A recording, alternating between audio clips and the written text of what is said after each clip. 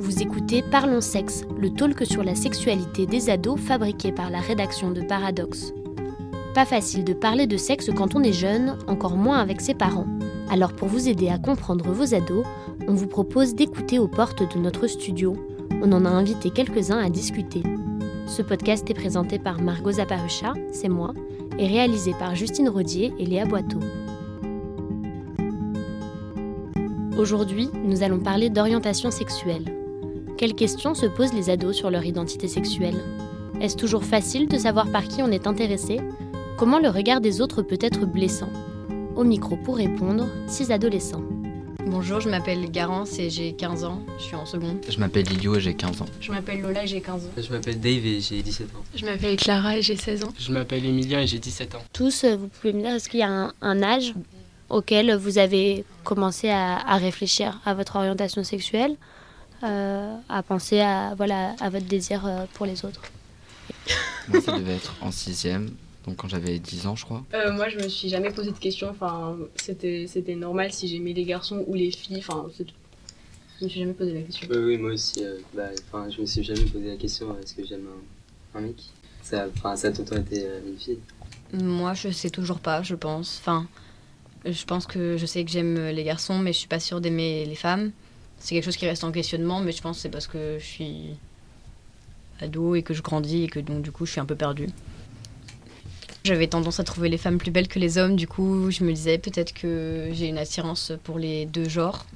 Du coup c'est pour ça que je me suis posé des questions. Est-ce que ce genre de choses, par exemple, c'est des choses qu'on sait ou qu'on teste pour être vraiment sûr, ou vous avez juste l'impression que vous n'avez pas besoin forcément d'avoir eu des relations avec une autre fille ou un autre garçon pour savoir que c'est ça qui vous intéresse ? Moi, j'ai jamais eu de relation tout court et c'est pas drôle non plus.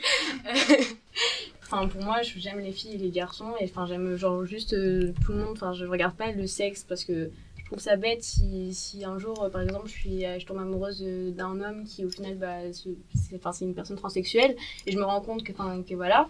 Je me dirais pas non en fait au début t'es une femme donc je vais pas t'aimer. Je trouve ça bête un peu. Est-ce que ça pareil c'est des choses dont vous parlez avec vos amis, vos parents, peu importe son orientation sexuelle, est-ce que c'est quelque chose qui est facile à aborder ? Du coup moi en fait j'ai pas eu besoin entre guillemets de faire un genre de coming out et de dire à mes parents que j'étais bisexuelle parce que ils pensent que c'est normal et donc ils vont pas me juger sur ça.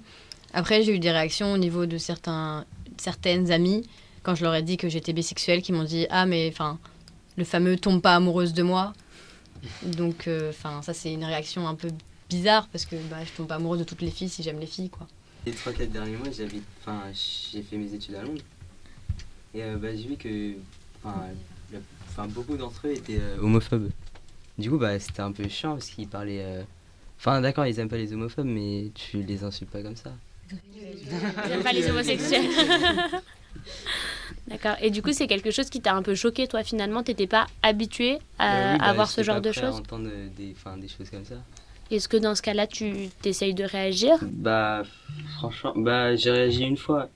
Mais après, j'étais nouveau, du coup, ils voulaient pas enchaîner les coups. Mais du coup, après, ils ont arrêté de parler de ça.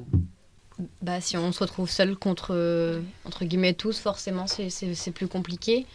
Après, je pense qu'il faut essayer de réagir, mais c'est toujours compliqué. Et puis après, on peut se faire rejeter. Après, on peut se poser la question de est-ce que, au pire, se faire rejeter par des personnes homosexuelles, homophobes, tout le monde va y arriver ce soir. Est-ce que c'est grave ? Mais du coup, je pense que c'est toujours compliqué quand on est seul contre beaucoup de gens de notre entourage.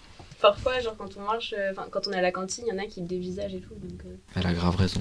Tu le ressens au lycée ? Il y a des gens qui t'ont fait des remarques, ou justement que tu dis qu'ils te dévisagent Oui, je le ressens. Voilà. Il y a une époque où je le ressentais mal, mais maintenant, je m'en fous. Mais des fois, c'est compliqué quand même. J'ai un pote, il aime les filles. Mais du coup, il a des manières de filles et du coup, on pense qu'il est gay à chaque fois. Du coup, ça parle derrière le dos, mais après, il y a des gens qui lui disent. Et du coup, après, il va les voir et dire qu'il est pas gay, il a juste des manières de fille. Non, il est très courageux. Et est-ce que, en général, vous vous sentez au lycée justement soutenus par, on disait ça peut être des profs, des surveillants, où on est un peu seul face à ça? Non, pas trop. On se sent pas seul face à ça parce qu'on a nos amis, donc, mais les professeurs, ils vont pas forcément faire ça. On n'a jamais eu, moi dans les cours que j'ai jamais eu d'éducation sexuelle sur les relations homosexuelles. C'était Parlons Sexe, merci pour votre écoute. Merci à Garance, Liliou, Emilien, Dave, Clara et Lola pour leur participation aux 3 premiers épisodes. Demain, nous retrouverons d'autres ados pour de nouvelles discussions.